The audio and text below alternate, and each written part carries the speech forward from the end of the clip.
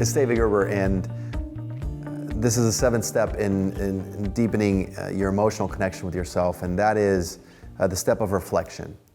And so we went through the steps of awareness, ownership, neutrality, honor, passing, adjusting, and then now this one is about reflection. And so the reason I put this one in here is to, especially after you've had an emotional experience, and particularly one that you really didn't like. Let's say you had an angry outburst, or you had frustration, or sadness, or despair, or depression. And what I want to invite you into is a time to reflect about that, and really think about, like, really walk through, like, what happened, and what was it about that experience that caused that emotional reaction in you. So, for example, for myself, I've wrestled throughout most of my life with anger, and so what I would learn to do is to notice, what was I thinking that caused me to be angry? What assumptions did I have? And oftentimes I've learned that anger, for instance, comes from fear, something that I'm afraid of. And so I would ask myself, I would create this reflection moment to go, in that moment, what was I afraid of? What was I assuming? And it was so helpful when it came to reflecting on the emotional experiences that I had.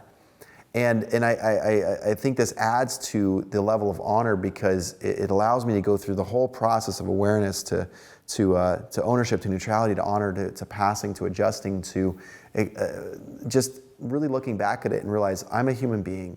I'm going to have an emotional experience of a lot of things in life. And the emotional experience I have is okay.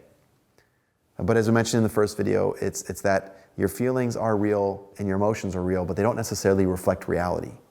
But if I can set aside time to reflect, I can really look back on that, and I can see what worked, what didn't work, and then how could I shift this? And if I want to experience less anger in my life, what steps could I put into my life?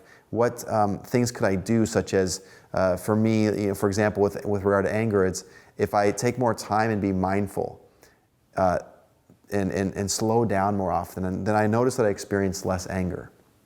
And so in the final step of reflection, my encouragement is really give yourself time to reflect after you've had an emotional experience, so that you can capture the data points of that experience, and then hopefully create a new path forward that is more emotionally intelligent, more emotionally connected to yourself, so that you can create the life that you most desire.